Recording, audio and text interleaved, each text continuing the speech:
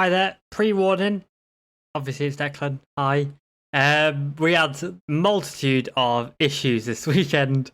Was it weekend? Well, yeah, it was a weekend. Recording this podcast, and not gonna lie, I had a bloody nightmare. So please accept my apologies for any problems you might find in the first part of the show. I've done my best to edit it, but if there are any issues, many apologies. But the second half of the show is perfect. But yeah, you'd be surprised at the magic I've performed to get this podcast out. Sorry it's a day late, but I hope you enjoy.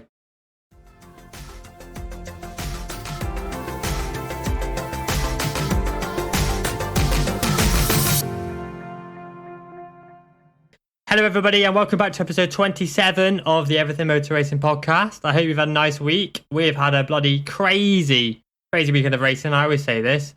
We've also got episode 27, greatest rider ever. But obviously joined by your host Declan again, with Jacob Ward again. Yep, hi guys. And once again we've dragged Gary Lee in from the street somewhere. Hey guys and girls. Welcome back. Just found him. So he was fruiting through my bins, so I thought I'd better bring him in. Yeah, probably the best idea. It's taken me this long. I was trying to get into episode 22, but my Wi-Fi has been not working. So. Right, okay. That's the excuse, is it? Okay. Anyway, thanks for having us back, guys. That's all right. It's all right. It's been 8 episodes. We've moved on from you a little bit, but you're like the toxic ex-girlfriend. We keep going back to you. You just can't get enough of it. Always go back for a little bit more. Yeah.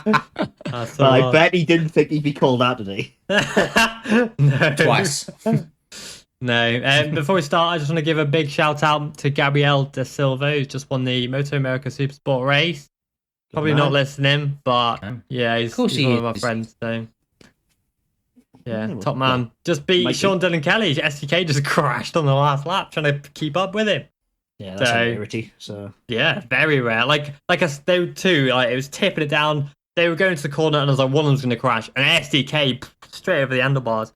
But anyway, we've had a pretty nuts weekend of racing. I say this every week, but I think every championship and every class this weekend has had something going on, whether it's endurance, every team breaking down or crashing, whether it's the Chev with Daniel Holgado, the title leader, crashing out, Moto3 with Romano Fenati stacking it, Moto2 with... What happened in Moto2? I can't remember now.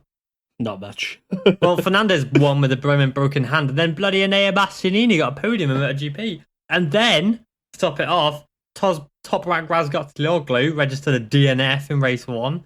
Yeah. Flip-flopping around the championship lead. Manu Gonzalez won a race as well. Randy Krumenacker won a race. My God. It's been a good weekend, boys. I'm stressed, man. Good weekend for me to be back, eh? Yeah. You picked a good one. And then Jay Gagne's Super Spike race thing, is 16 races. That's gone now as well. Yeah, the rain fucked it all, didn't it? Oh, mate. Like, Matty Schultz, I think, went down the straight, and I think Matty Schultz went down the straight on his arse. Yeah. He still had the fucking clutch in. Oh. Yeah. He held the clutch the whole way. To slide 300 metres and still keep the clutch in. Like, it's that moustache. It gives him all the power. Yeah. Oh, yeah. Unreal, man. Unreal. I love that tash. What I just want to say, though, is I think that Yamaha 60th anniversary livery was bad luck. Mate, those liveries, mate, they're bad luck every time. Did you see the Rossi stats? stopped running special liveries because of it. Yeah, did you see the statistics about those liveries? And how comes they only run them on the Saturday as well? Probably because they thought I don't want bad luck on the Sunday. Yeah. Was it a statistic I said by any chance? It was just about how many races they'd failed to finish with the... Yeah, that was my statistic. It was mental. Yeah, so actually, it was meant to be in 6 races, but Cluzel was registered unfit. But they basically, they run in the Yacht run it, and Top Rack run it. But basically, all 4 superbikes in World Superbikes race. Gerloff didn't even get to the grid. Yeah, Gerloff crashed to open lap, Top Rack broke down, and then Yart broke down as well. Yeah, but to be fair, in the endurance in the Bordeaux, breaking down is not uncommon. And no. No. Well, the thing is, they were leading to, like, you think Top Rack was leading as well as they were leading in endurance when they broke down. Yeah, So yeah. it's gutted. So the key basically Yeah. is what you're saying then is don't lead. Don't lead, yeah. Get go in the around final in. corner. Yeah. The Have thing you is, seen like, the boat that was released for it? no, because I don't care It's about cool and all, but it's a fucking boat. Got a Yamaha engine. Yeah, but it's a fucking boat. Who cares?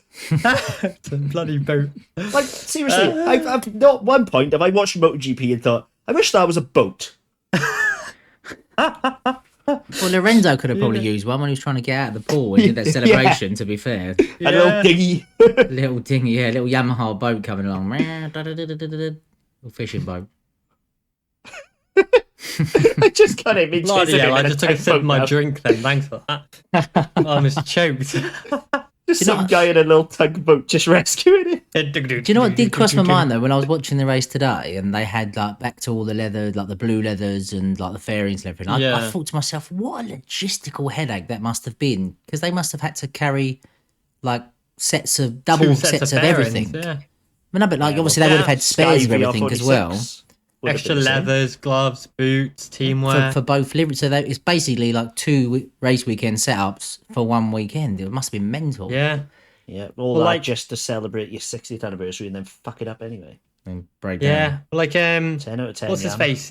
In Moto 2 and GP, the Vietti. VR46 squad run special livery, and Vietti crashed it in warm up. That's the second time in 2 years he's done that, Misano, with a special livery. He did it I'd last say, year like, at the Rossi Moto3 when just they had stopped the doing Hyundai one. Like, Keep if I was deliveries Pablo up. Nieto at this point, I'd say, you ain't going out and warm up, bud. Yeah. Or just put them out on the old bearings. Like, Old fairings, yeah. Old gloves, old boots. Yeah. yeah. Don't ruin the pink. It actually looked a lot better in person. It looked Did it? so much better in person, yeah. I hated saw the it. I still renders hated it. and I nearly puked in my mouth. But Oh, but Rossi's lid was sick. I loved yeah. Rossi's lid. yeah, it For his all daughter, that tied was in, sweet. didn't it? Like, obviously, the Yeah. Viagra one last year. Yeah. friend of mine pointed out last year, said he's trying for a baby, and I was like, don't be fucking stupid. Well, I was wrong. It was wrong, yeah. Yeah. No, it was really beautiful lid, actually. Yeah, it was And awesome. so different I mean, to what everyone thought he was going to do. Yeah. That's the thing. Like, that made it I'm so waiting cool. for next Misanos now, though, because what's that going to be? Because that's Yeah, going the to be next one. the last Misano race. I can guarantee you that'll be one with Simoncelli, because obviously it'll be 10 years to the day. Yes, 100%. And I think, like as I said last week, I think he's going to do a parade of some form. Yeah, Maybe on, Oh, yeah, on- I hope maybe so. on one of his older Aprilias. Yeah, that'd be What are Yamaha going to do? Sack him? Exactly. But he's already signed deals with bloody Ducati though. But there's a Yamaha rumor as well floating around. So yeah, we'll drop the rumor as well. Why not? Basically Yamaha are going to enter in Moto 2 next year With the master in the same way that KTM enter in them now. Basically, they'll basically run a Yamaha branded Kalex with VR46. Yeah, VR46 Master Camp. Mm. So it'll be one. And so that'd be like European- Kenneth Kubo Yeah, well, yeah, and obviously, with the Asian side of things. they want a European and they want an Asian, one of each. Yeah. So could be good, Mm. or it could Well, go completely tits up, like because you know when does anything Yamaha do work at the minute? Unless it's got a Quattraro on it. yeah. Well, Gagne won a title as well. Remember? Don't forget that. Yeah, speaking of Moto 2 and Moto America and all that, glad your Oh, yeah. Sean Dillon Kelly was announced. Yeah. But I know the cat's out of the bag. Sean Dillon Kelly will move to the Moto 2 World Championship for 2022 and 2023. Next year, he will be teammates to Cameron Bobier. And the rumour is that 2023, his teammate will be Rory Skinner. Yes. I heard that rumour. Yeah. Ooh, go you. Wow, this guy, he fucking got And it. not from Fucking you hell. guys either as well. That's the thing. Whoa! That's a first. Whoa! I've got other Who's friends tried deal to- with it. I've got other friends. Oh, Gary, go and talk to your friends then. that's when he's Oh. been. He's been doing another podcast. Who is she? Who is she? Yeah, I bet he's been appearing on like different podcasts whilst he's not been on this They one. do 2 and 4 wheels. Whoa. Whoa, come on, man. You know. Oof, that's how it is it? Okay. I'm pushing my luck a bit here. Yeah, just a I'm going to have to scour Spotify now for every podcast. And this will be a place. Just put search for Valentino Rossi impressions. It'll come up everywhere. That's it. But no, it would have been would have been a travesty if he wasn't announced. But yeah, I mean, it's an American racing team. If they were to hire anyone who wasn't American, Marcus Ramirez. yeah, Not even if he wasn't but he American, brings- it's just the fact that they have, if that's what it's meant to be doing, and they have an extremely talented native. 17 podiums Yeah, you got this year in Supersport. results talk, don't they? And money, but results do as well. Absolutely shit. Yeah, that's why Ramirez is hired. He's rich. He's He's brought a bit of cash to forward, haven't he? yeah, which is why they hired him. And then They announced him with wine, for fuck's sake. yeah, that's Ponzi as fuck. I love It's that. not even about I love that. that. It's That's more great. about- Well, you shouldn't be allowed to announce it without that. Yeah, true. true. Oh, yes, the announcement here. Every Oh, deal yes. should be done like that. Just Grapes. oh yeah, we've yes. signed 14-year-old ex-rider into the chair. Oh yeah, some wine. What would have been Yeah. funnier is if they Oh. drank the wine then announced it and they was half smashed. Could just Yeah, tell I'm they're really waiting cut for up. Yeah, 10, shirts yeah. undone. Like, I'm gonna be riding for what's the team again? yeah. Hey, I just shouting at people off camera. Yeah, what the fuck? What you say? Yeah, because what's been announced this week transfer wise? It's been obviously Well, SDK. a lot. Well, no. Before you say that, I want to announce as well quickly as well to get onto that. Mhm. The major announcement for this weekend was the fact that Michael Laverty will run a British Moto3 team for 2022. Yep. With Scott Ogden and Joshua Whatley. Love it.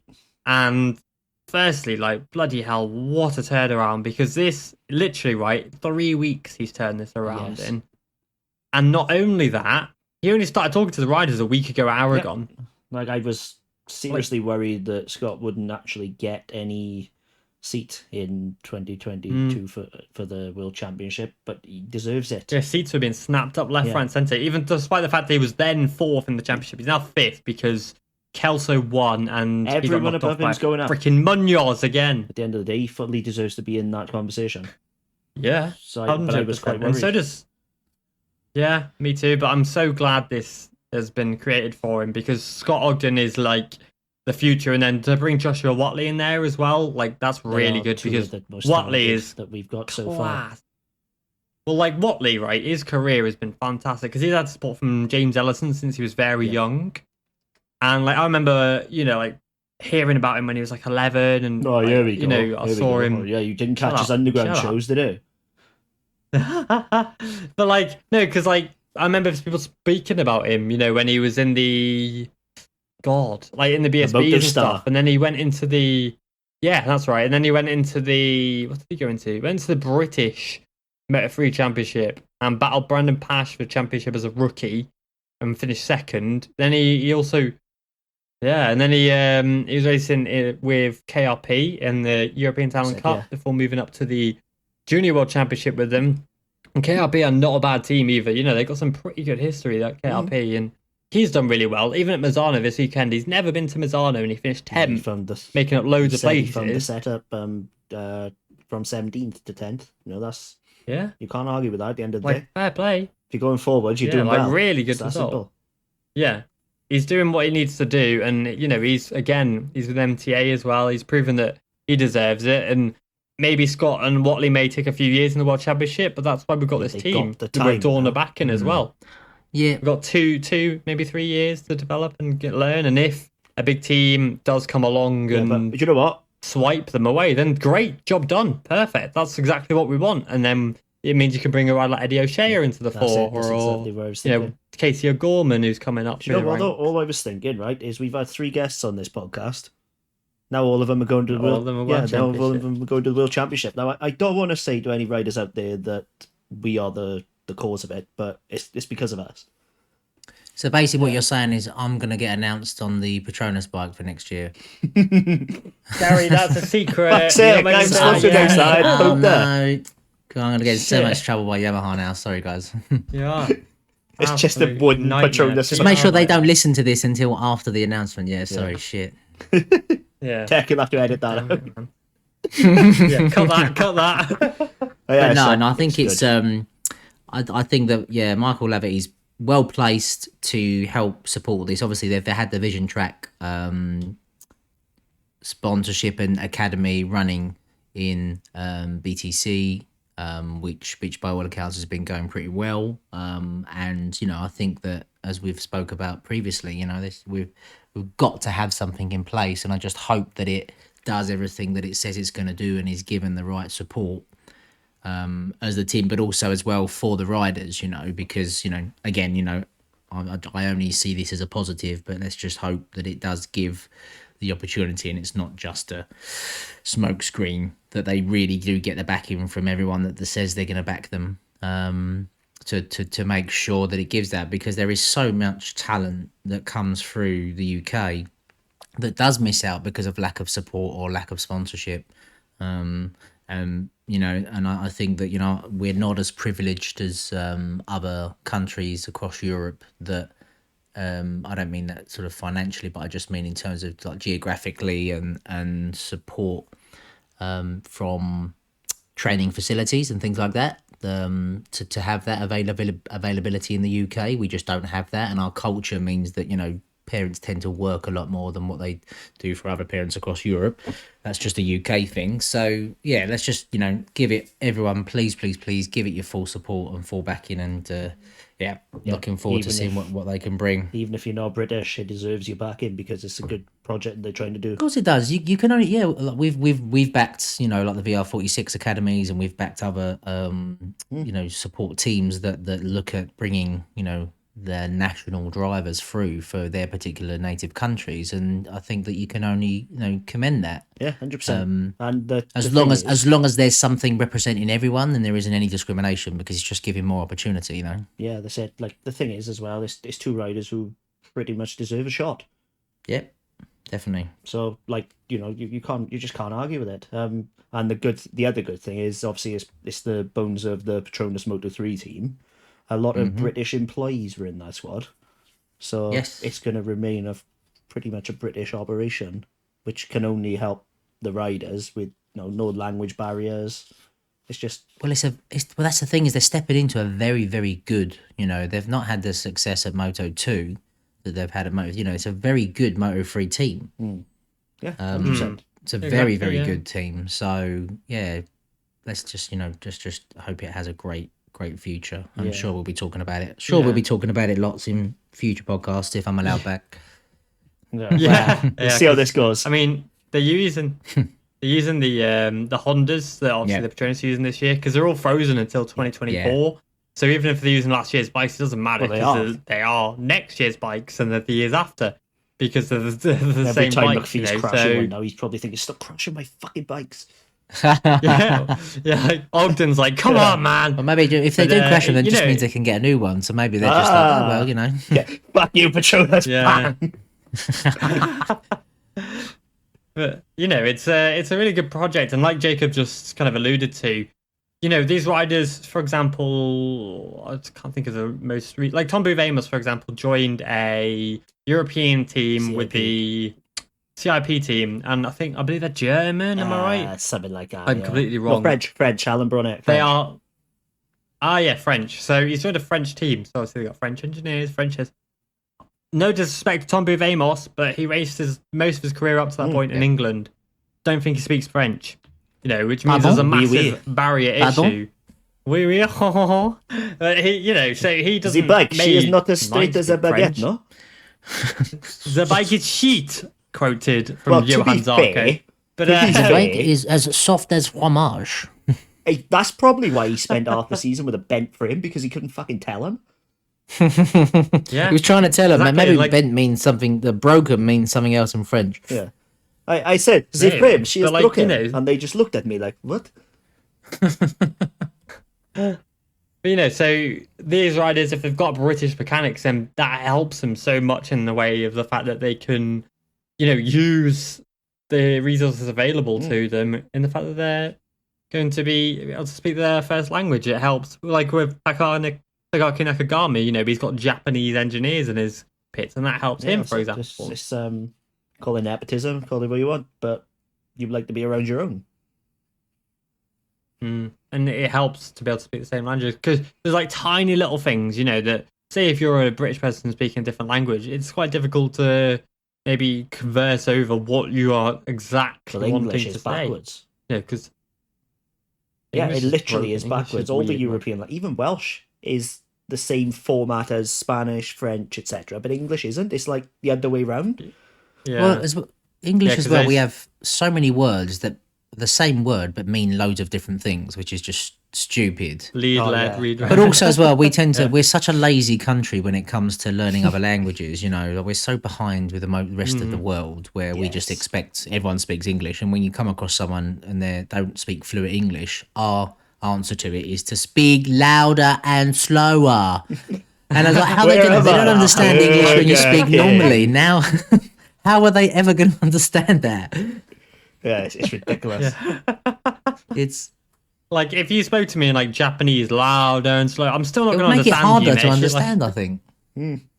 Yeah, but it's like speaking English it's a disadvantage at this point. I think, like it's a universal language. Yeah, it is. That's only because we took half the world over trying to nick their tea. Like, it's not a disadvantage. But I say we live in a culture where you have to, realistically now you do have to speak other languages. So yeah, that's it. Spanish is essential. Like Spanish is like a minimum. Mm-hmm. Yeah, like these riders in, for example. Oh, he's got it. I'll use say Scott Ogden as an example. I use Scott Ogden as an example, and because Whatley races in an Italian team, so Scott Ogden obviously races in a Spanish team. So he's going to have to speak some Spanish to be able to get along with it. And if same with Whatley, speak some Italian. But because the sport is so Spanish orientated, these riders need to live in Spain by a minimum. Well, one of the big things that I say to any like rider that we work with is that if they don't already, I really encourage them to learn another language. And the main reason for it as well is that going through business and also as well at a personal level. If you ever go on holiday somewhere, if you've ever been on holiday, and I'm quite a social, I'm a social languisher, shall we say? So I pick up languages quite quickly, but then I forget them. So I'll be able to at least make the effort to try to speak in someone's the countries wherever I am. I'll try to speak their language, and I think people actually then appreciate that, but also I appreciate it as well. I meet so many different people from across the world, and they apologise to me for their English, and I'll just say, please don't ever apologise, because your English is way better than my Italian or my German, and I think that goes both ways, especially because we are predominantly lazy as British people in terms of learning other languages from across Europe or the world as a whole, that people really do appreciate. And that's what I say to riders is that absolutely is at least learn other languages. Look at languages, like we say, like about Spanish or Mandarin, the most spoken languages across the world, or more people speak them. Yeah. Learn them, because you never know when you're going to need them, or even at least people look at it and they go, well, at least they've made the effort, and it makes people a little bit, warm to you. But the thing is as well, it's like, it's not going to hurt you to learn a language anyway. Of course it's not. Like just in everyday life. It's like if you like, you're talking Spanish, and then some dude comes up for you, asks you in Spanish the way to go, and you understand him, you can help him. Easy. Yeah, it's good. Yeah. So that's one thing I've been big on. I've been trying to learn Italian for the past 9 months and keep. Oh, so you can really nail the Rossi impression. So my Valentino, that's basically my goal is. That's why I've not been here, guys. To be honest, I've been in Italy. I've been in Tuscany. I've been in Tuscany learning real Italian and eating pasta and drinking wine. Oh, it's a hard life, isn't it? Sounds good. Honestly, if only, man. Fucking hell. These rider managers, like bloody Gary Lee over here, taking 80%. 80%, and unless you live in Italy, don't fucking speak to me. Yeah. If anyone's listening, don't contact Pro 53 unless. I'm joking. Yeah, don't put that Imagine. You just cost yourself loads of God. business. I only need one. But yeah, True. and oh god. Yeah. But yeah, moving So, on. hang on then. Moving back How onto many? the topic. What transfers have been announced this week that we can think of? Yeah, because it's all yeah, good that's and what I was going to Whatley. be on to. Dobby, So, off the top of the Dobby. dome, Sasaki to Sasaki. Husqvarna, yeah, to Max Racing. Morbidelli Yeah. to Factory Yamaha. Dovi to Petronas signed up. Which bonus? That rider to the Dutch team. Oh wait, let's Yeah, have a look. McPhee rumoured to be Okay. going to Husky alongside Sasaki. Max Racing. Yeah. Hold on, let's just go through my Instagram stories because I posted them all. Oh, Tata. No, wait. No, he We hasn't had been Sam confirmed yet. Lowe's and Fernandez. What's his face? Yeah, Lowe's we and had Fernand. Lowe's and Lowe's and yeah. Arbolino. And yeah. Arbolino.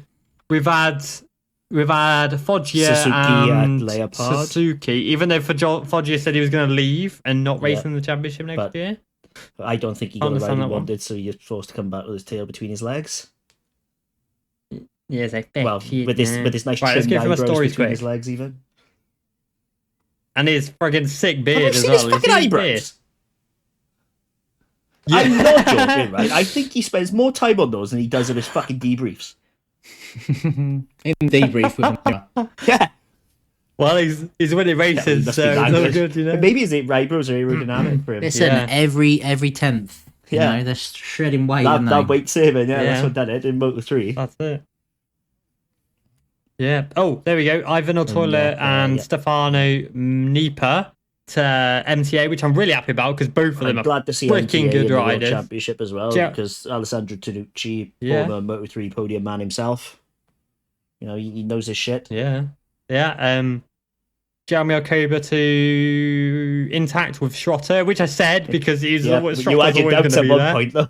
Selach and Zaccone to Grassini Moto2, Yeah. which is again Did good we move. speak about Gabri going to SAG last week? Yeah, we've mentioned that. Obviously, SDK, big man SDK. Oh, Locatelli as well Mm-hmm. for Yamaha for 2 years. Marcos Ramirez to MV Augusta. And then the rumoured ones, there's Um, shitloads, but I don't know how many we can see. Yeah, I don't think we can say any of them, to be honest. There's a lot that's going to be announced very, very soon in the lower classes. Yeah, Me to Gary Lee to Yamaha. Yamaha. Yeah. Oh, yeah, of course, yeah. There's a shock one as well in there. I don't know if No, we we can't really mention can't it, mention it, but there's a shock. Yeah, it's when this comes out, people are There's going to a be like, huh? shocking. Yeah, it's unbelievable. If it's true. apparently.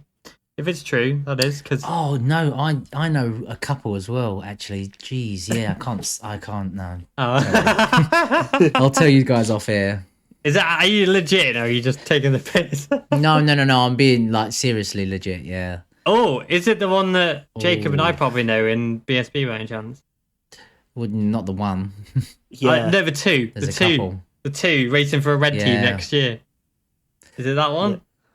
Ray said it on a nice little 4-cylinder in a V. No comment. I think we might be on the same page here, but moving Yeah. on. Moving on. Moto2 have just gone fucking boom. Yeah, haven't it's because And, they have to be finalised now, innit? For the Well, they had to be finalised today. yeah, They had to be sent to IRTA. So yeah. obviously you don't have to sign the contract, but the intent has to be sent to IRTA today Mm. with who you intend Yeah. to sign, and they have to approve it. It's mad because they could just be like, no, like when Jessica Raffin got the no a few Yeah. years ago. Yeah, when Rafine was like, nah. Like, nope, you're not. Sorry. Even though he'd had a fourth, like, and he was a junior Chev world champion. It's... Gonna... Yeah, but it was Fuck. shit. No disrespect to wasn't him because he was a shit. 2-time TV champion. Yeah, but he was not like he was a mug, you know. He was getting points sometimes. Sometimes, yeah, but look at his results, mate. Oh, mate, right. Points, It's just right. Rido's not getting points. Lorenzo Dalla Porta, mate, is really Oh. doing my head in now. yeah. I think he's fucked it. Like, what's that? I 8 races, I 7 was DNF. expecting him to go back to Leopard. So Yeah, me too. Yeah. what happens now? Super sport, mate. Well, Manuel Ponchetti said today that he's going to sign a Moto2 rider. So maybe Belega. Yeah, but that could be one of about 5 Italians. There's so many riders who are going to leave Moto2 at the end of this year. So many. Yes, and you'd struggle to argue with any of them. That's the thing. Like, they haven't been performing at the level that they're capable of. None of them. Baldius, I can't remember his name. Balder haven't. Manzi haven't. Buliger haven't. Dalla Porta hasn't. You got a feel for Baldassare though, haven't you? Oh, mate, the crash his career's had. From battling for a MotoGP, it was prior to Ducati rumours. All because of a fucking front tyre. It's insane. Madness. Nearly had Jorge Navarro as well before Pons picked him up. Like, that could Do have. you reckon he's one of them? Do you reckon he's one of them riders though? If he did step up, he'd do really well. Yeah, I've said this about him for ages. I think chuck him on a Ducati. Do you know the other one is Joe Roberts? Yeah, but like, what a crash! What a crash! I bet he's devastated about not signing that Aprilia deal now. But the oh, mate, looking back, he's probably fucking looking in the mirror. The thing is, though, right? The rumor is that he's. I don't want to disrespect Joe Roberts because, again, this is only hearsay. This isn't. We don't know what's going on, and I'm sure every time I've spoken to Joe, he's been a lovely lad. Just want to preface this, but the things I've been told is that he's a freaking moody, angry nightmare to work with in the team. Again, just to relay, I don't want to get any trouble for this. Holding my hands up here. That's what we've been told, and so obviously there's probably quite a lot of friction between him and the Italtrans team.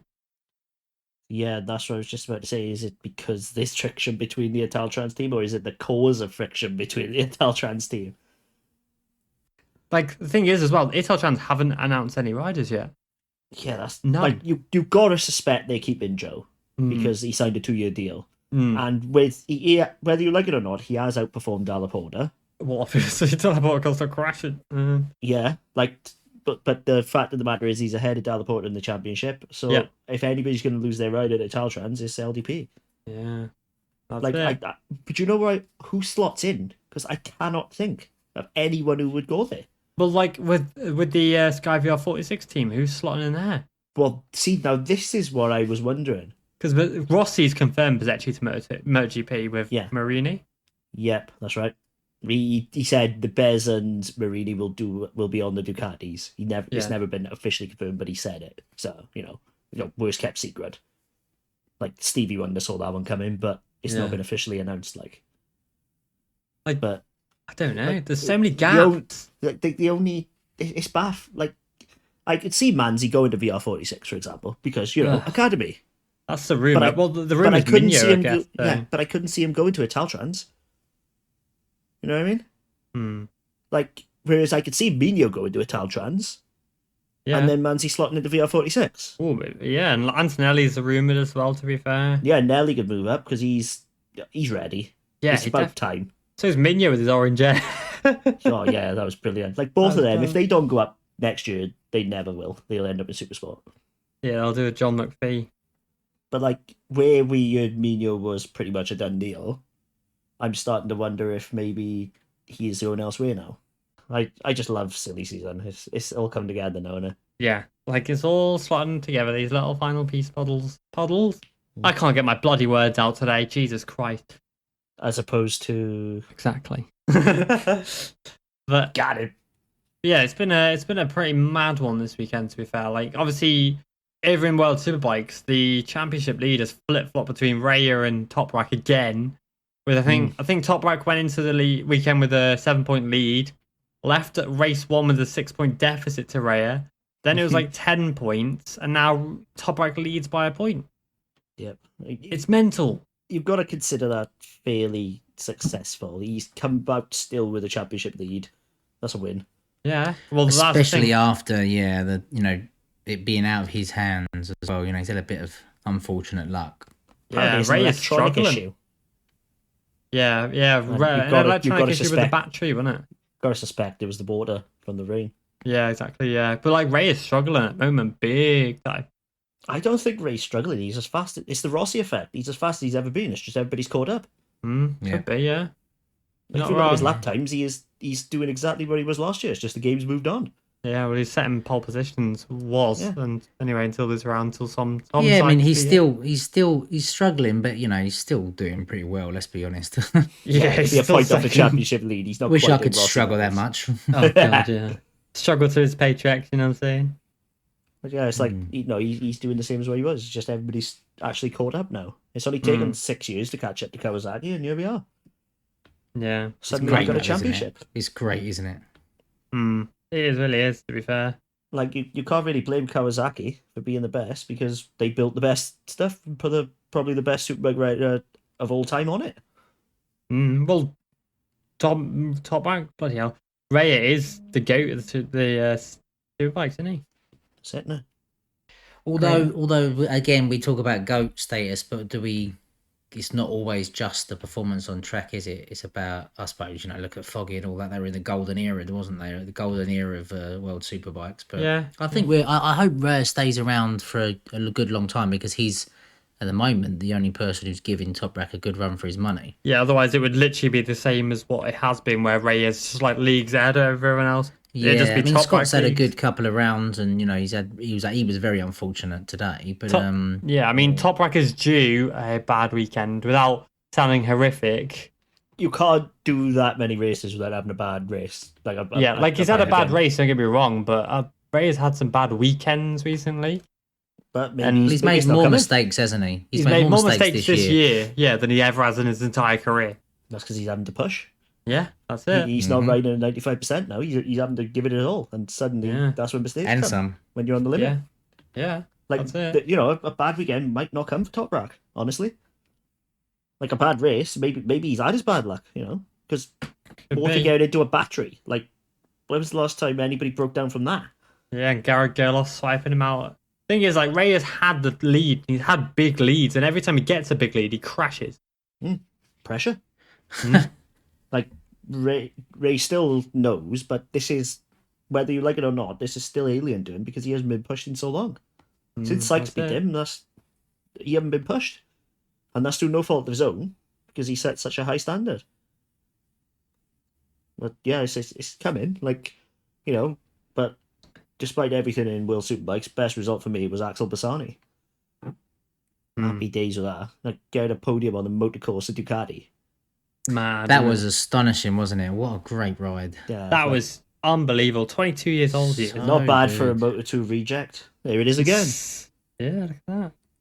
Yeah, and like it was a weird move, like the fact that he was racing the European Supersport last year and then got signed to World Superbikes. But he's just excelled all year long. Motorcourse saw Summit, and they were right. Yeah. Well, that's the effect. That's maybe Petronas has seen something in Darren Binder for next year that's like we're really not seeing. Well, yeah. Honestly, this is like trying to say something positive about something you don't agree with. It's just I don't think it's right. With Fabio, we knew there was something there. And he was in Moto2, Fabio. Yeah. You know what I mean? And then with Bazzani, again, we knew there was talent there because he was a European champion, like 17 years old. Yeah. So it wasn't like he was slow. Yeah. But with Darren Binder, I just can't see he hasn't done the big bike step for me. Like, even if you're on a 600, like, and someone signed up to MotoGP, that's sort of understandable. If you go from a single-cylinder 250 with about as much horsepower as a fart to go to a fire-breathing 300 horsepower bike, nah. Took Miller years, and Miller's a better rider than Binder. Yeah, Miller was battling for the championship when he was hired up. And that as well, yeah. Like, I'd suggest that maybe it's not all Darren Binder's fault because the equipment's been There's a sponsor, apparently. There is a sponsor that wants Binder on the bike, apparently. Is that what it is? Yeah. Yeah. But that's a rumour. Like, if Binder was on a KTM, I think he would be battling for the championship right now. Yeah. Because the KTM is a better machine than the Honda this year in Moto3. But deal with it. Yeah. And so I think that's playing a part. But at the same time, he's not showing anything exceptional. He's not top Honda. Nope. So that's Foggia. Yeah. Killing it, Foggia. And would you put Foggia on a MotoGP bike? No. So why would you put Binder on, man? Like, I like Binder, and I think he would excel. But he needs but I think he needs the Moto2 step. Especially when he crashes. 100%. But I'm like, like on the edge with it because I'm like, who the hell do you put on it? Maybe sack Alex Rins from Suzuki because he's been there. yeah, that would have been my suggestion. Was Nick one of the Suzuki boys? Poor Rins, jeez. He's had a Come on shocker to- this year. From third last year to 12th in the championship this year. Yeah, you got to think his time's running out. Well, he might or even be even- 13th or lower now. Or even chuck on, just take a risk and chuck a Superbike rider on it. Chuck Dave Dixon on it. Yeah, chuck Jake Dixon on it because, he's... I think they should put Cambobier on it. I'd back it. Yeah. But, But- even if they chose Gagne or, Gerloff, or even put Oh, Nozane Gagne. on it for a year as a stopgap with a Japanese rider. Oh.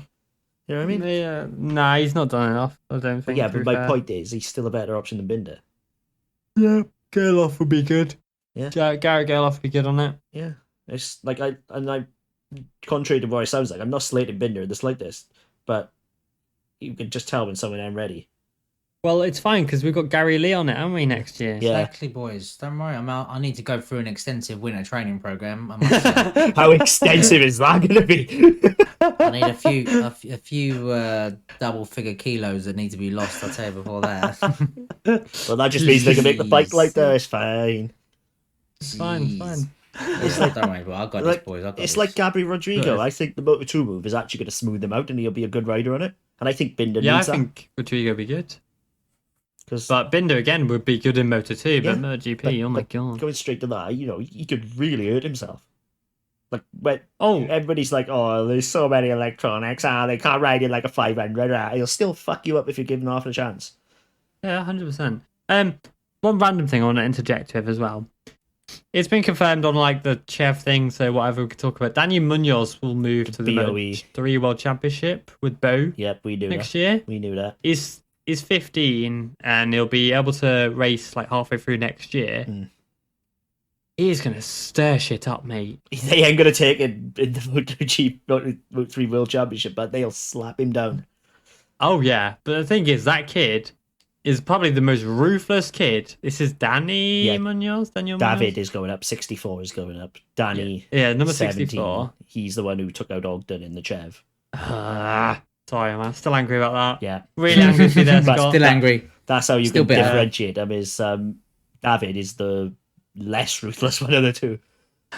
Yeah, and Danny, number 64. David was the one who is- came off the start and smashed into the side of Joel. So Yep. Yeah, because Danny was second in the rookies this year. He's now second in the Chev, battling with the whole Gardo. He's moving up next year.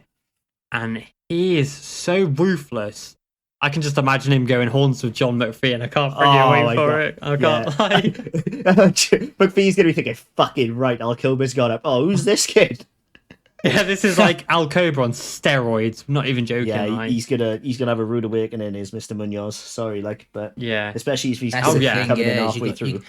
it's good that he's got that character. You need that, but I think when you needs step polishing. into a particular championship as well, there's going to be a few people who'll be like, "All right, yeah, okay, yeah."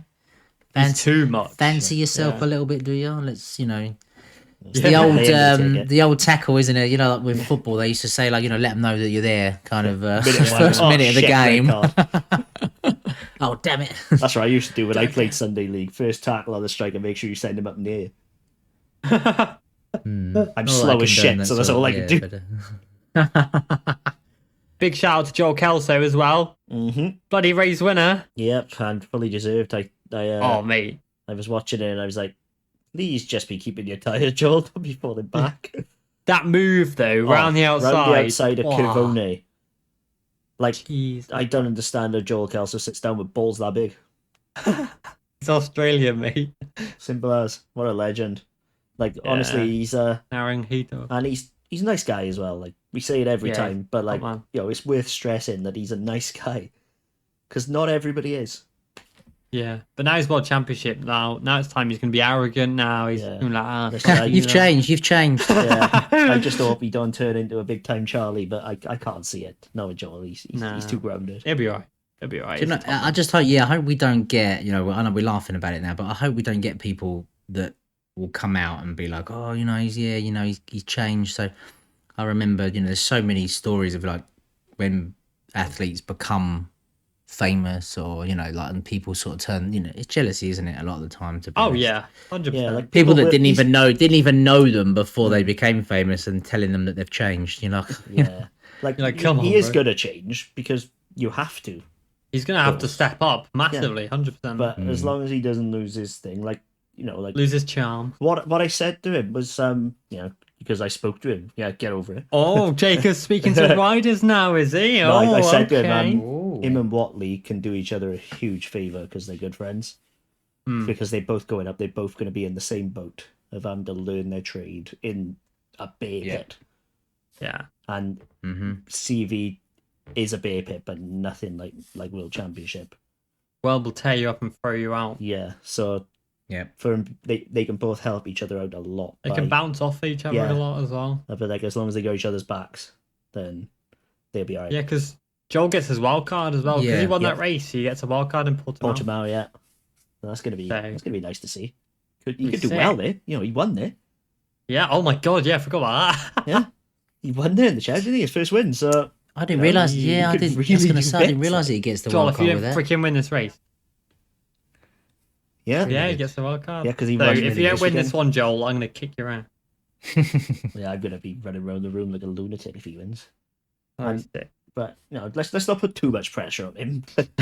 Yeah, sorry. But like, points are definitely possible 100%. because like anybody in that top 8 in the world in the Chev, maybe even arguably top 10 in the standings, could go into World Championship and score points. Yep, you're right. And the level's so high now, so to win a Chev race is paramount to get in top 10 in Worlds. Spot on. Also, is it BSB this weekend? It is, isn't it? Yes. Like Autumn next Park. weekend. This weekend, Yeah. next weekend, yeah. But obviously, this will be out on a Monday, so Yeah. Autumn So it Park. will be- Yes. I shall be there. I'm there. that's my I'm there local on. track. Yeah, I'm there on Wednesday. We've got a sponsors event with Danny Buchan, and Oh, yeah. I'll be there for a Big man Danny. See, look at this big time Charlie. He's going to stop speaking to us soon. Never. You've He's too changed. humble for that. Yeah. Because it's my home race, that one actually. The guy at Alton Park. I fucking rub it in. Will you be in attendance? Maybe if I can skyve a I ticket. wonder if someone from will try and somebody. fight you again. Yeah. Oh my god. Oh, don't. Oh yeah. I don't think I've actually discussed this on the Yeah, podcast. you said you I've were been going meaning to. to. You've told me about it, yeah, but Oh, So- I was crying. I was just stood next to him, like internally pissing myself. Yeah. So here's a story time. Story time I- with Declan. I This will. is always I will fun. do the same thing as well. It's Moto funny. UFC was it? Wasn't Yeah. it? Yeah. Yeah. At the time, I was just stood there with a straight face, but internally, I was fucking roaring. Oh bet, mate, it's yeah. madness. So like, basically, right, there was this guy, an internet man, an internet troll, as you will.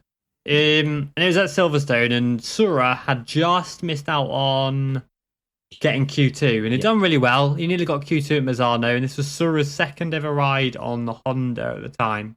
Third ever World Championship race, second on the Honda, like I said. And he did really well, and somebody commented going, "No, Sura's doing really well. It's quite underrated." And I replied like, "Yeah, doing well, quite underrated. Respect it, And then someone chimes in, "Nah, he's overrated if he's anything. He's not doing very well." And then so this person started arguing with somebody else about it and Sura, and then they were like, "I'm only judging him on his World Championship appearances, nothing else previous and stuff like that." And so I had a look, and he had no followers. He wasn't following anyone, and he hadn't made any posts on Instagram. And I was like, "Oh, well, I just replied like, "Oh, you're clearly using a fake account. You're just a troll, like, bye," kind of thing. And that was my mistake. Oh yes. And he replied like 3 more times after that, but I didn't see any of them. Well, and then I was there at was something Silverstone. else going on at Silverstone, wasn't there? Yeah. What And was you then, there like- for? Was it like some parade or something? I was there for the Porsche Experience Centre. Yeah, that was it. Weren't there for MotoGP race or anything. And what did I do? Yeah, like I was just chilling. I was like, "Oh, I'll just check my message requests on Instagram." And he'd messaged me, and I was like, "Whoa, what the hell's going on here?" I can't get him up because I've blocked him. But he was like, "You fucking pussy, you." like, It was funny. I'll meet you tomorrow and we could have a scrap, or, talk to us face to face. I was like, hey, yo, what? Wow. And then when I posted some on the story, like, we out here kind of thing, and he was like, oh, I'll be there in 5 minutes. Let's have a chat. Yeah, we was at Vale, like, weren't we? Bro, amazing. And he's like, yeah, I'll have a and I was chat. like, nah, yeah, mate, I'm not sticking around. But it gets worse. And so then I buzzed off. We buzzed off. We were like at the other side of the track at the time I read this shit anyway. And I hope this guy's actually listening, because this is quite funny. Hello, if you are listening, you angry man. Angie.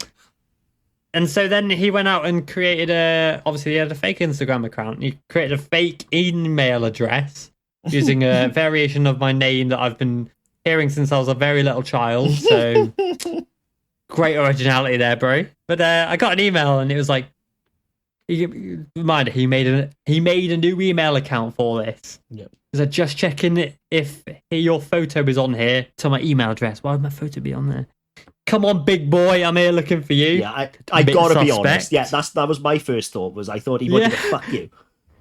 Yeah, there was like, come on, big boy, play the hard man. Well, you want to play the hard man? I can categorically say that person was not at MotoGP, because anyone else who's been to Silverstone knows there is no Wi-Fi and you ain't getting internet to be able to do all of that. Yeah. No. Like, touche. Even when you're in the paddock. Even when you're in the paddock. Yeah. But like, he was like, come on here, big boy, I'm looking for you. You want to play the hard man? I'll show you who's hard. Wow. Here's my number. See, it definitely Again, wasn't fucking... very suspect. That's what she said. And then he was like, call me and we'll meet later today, no matter who you're with. I know who Hotel you are, and I'll number find you at some point." 555. Yeah, he did. He did. Wow. And he was like, I'll find you at some point, you fucking kiddie fiddler. Wow. I was like, bro, what the He fuck? left his phone number. And yeah, I found his photo as well. I know his honestly, name and where he lives. Now I'm starting to sit down and probably think, I think he did want to actually meet you to bend you over. I think he actually wanted to bang me. Yeah. Like, Left his number and called you big boy. Listen, whatever you want to do, you do. Just be safe, all right? Yeah. yeah. Like, I'll show you hard. Yeah, I bet you will, bro. Bit of Barry White in the background. Ding, ding, ding, ding, ding, ding, ding. I love you, baby. I was like, bruh. I was like, all I did was call you a troll and you're out here trying to bang me, bro. Yeah, it was quite funny. I did the professional thing and just sort of smiled and said, "Oh, okay, cool." Smile and wave, But then boy. as soon as you turned around, I fucking buckled. Oh, mate, it was Fucking brilliant. wild. I Like, wanted the to thing meet is, him. I found the email like 10 days afterwards. Oh, really? Silverstone. Yeah, that's a he didn't shame. find Yeah. it on site. He just messaged me and said, "Remember that guy?" And I was like, "Oh my god." That's dreadful. Like, bro. Wow. Well, I Yeah, hope everyone else man. enjoyed MotoGP. This guy was having a wank apparently That somewhere. was fucking ridiculous. It's actually frustrated. It was Amazing. absolutely ridiculous. It was there's some rage in that man. Yeah. And like, we for can it to go on a categorically say troll we and know to who go it that is. far. I forgot So we even know who it's a we were dude. talking about as well. Yeah, like I've got his photo and all. I know exactly what it looks like, and I've managed to, because I'm a bit of a I weirdo. got his I know photo, where so he that lives was now. photo as well, is it? Yeah. Yeah, I've got his photo. I've managed to. Oh, I found his account Snapchat. Basically, I found the IP address that his email was sent from, and I managed to track his address Why? because Just add him on Snapchat and wait for the dick pic. It's not hard. You might have to, Oh, is yeah, that, is but- that legal? You might have Hey. to cut that bit out. Yeah, I was just thinking that. No, it's fine. It's fine, mate. I'm not using it for anything, so At FBI. Taking over I'm using it over his TV camera. Yeah. I'm gonna turn up at his house and bang it with him. Just you ringing know? his door. Wow. Hello. his ring account, yeah. Yeah, you got one of those ring things that they That's advertise. but that wasn't a euphemism, by the way. Yeah, he is ringing his doorbell. But Yeah, yeah, if you were that guy Wow. and you are hearing this, please message again because it was fucking hilarious. Actually made my day, to be honest. Poor man. That's or lady. I'm not sure. I don't know who. No, it was a but, dude. yeah. It was a dude. Maybe get a massage or something. You know. At the end, Just chill out, bro. Chill. yeah, like Yeah. I think he just needed a beer and like just relax and enjoy the fucking racing, man. I hope he got a beer, and I hope his rider won. That cheered him up. No, I don't. I hope Amazing. his Right, can big- froze in the fridge, so it was just nothing, and it exploded, right? And then I hope Yeah. his rider finish outside the points. Oh, good shout. So moving on to the main part of the show, the Grand Prix that I know everybody is here for. Obviously, three races at Misano, three back-to-back winners. Basically, they won obviously last time out in Aragon. Whoa! Three You riders fucking said to me that didn't make sense when I said it. All three riders that won last time in Aragon won this time in Misano. There we go. So, because when Jacob likes to explain things, it doesn't make sense. So, back-to-back winners said to me, back-to-back means back-to-back races, because otherwise I would say back-to-back Misano winners. Yeah, but I just thought about like this year and last year, so... Well, you're the spaz. No, that's not a good word to use, Jacob. Okay, you're the idiot. There you go, that's better. Red flag. That is better. Good boy. You can edit that out, it's fine. But yeah, like, you are the idiot, because you should have thought, well, it's clearly the last two races, not the last two Misano races. Maybe you should just word things better, Jacob. Well, you English bastards need to learn English. True. In my opinion. Or if you're in English, speak English. You're in England, sorry. Coming over here, If you're in English, you just really backed up what he said then. I know. Well done, me. But yeah, I'm just doing some clicking now. Sorry about that. Anywho, yeah, back-to-back winners. Dennis Foggia is closing on second place in the championship now. He's 42 points away from Pedro Acosta, who can't win it next time out in Austin, but can win it the next time after. So, is Acosta going to win, or is he going to flop? Is he going to, succumb to the pressure? No, he'll win it. He'll win it. You think? Well, see, the form Dennis Foggia's in at the moment, I'm not 100% sure this championship's done yet. No, I'm not either. How do I word it? Foggia's doing exactly what he has to do. He can't do any more than win every race that he can. Yeah. He just has to hope that everybody else around him... That is the maximum amount of pressure you can apply. Yeah. If he keeps winning and the gap shrinks every weekend, suddenly Pedro's thinking in the back of his mind, fucking hell, I gotta do something about this fucking blue guy. And then, before you know it, he's made a mistake, he's dropped back from Foggia, Foggia's won again, and then suddenly the gap's down to single digits, and you're thinking, oh, Christ, here we go. Like. Here we go. Yeah, it's interesting. It's horrible, though, because now we've only got, 4 races left of the season? Which sucks. Was he 48? Is he 48 points? So he's 42. just under 2 races. 42 it is. 42. Yeah. So yeah. So G says still it's just under 2 race wins. So if he gets one more race win. Well, Pecco, just skip forward a little bit. Pecco in the MotoGP class, his win today means that Fabio can't win it next time out in Kota. Yep, don't. Because if Fabio had exited with more than 50 points from here, he could win it next time out, but he can't now. So I don't think he would have anyway at Kota, to be honest. No, not unless everybody crashed out or Pecco crashed out, because it's now Pecco versus Fabio pretty much, and Pecco's on fire. But anyway, back to Moto3, where we get. But yeah, it wasn't very interesting, today's race. I just thought it was quite boring, to be honest. Finardi made it boring until he decked it. Yeah, obviously he was miles ahead. 3-second thing, and then his bike just kind of broke. I maintain that was not rider error. It couldn't be. Like, the way he went down was not a normal way. Yeah, no, Finardi goat. But it's like... It wasn't a natural crash. It looked like he went to apply the throttle, and nothing happened. So if the front folded, that was why it looked like to me. He went to get it out the final corner, because obviously when you accelerate, you expect the front pick up slightly, start straightening out, ready up for the straight. And I think the front folded simply because he was expecting it to happen and nothing did. He was already in the position to be gathering himself onto the straight.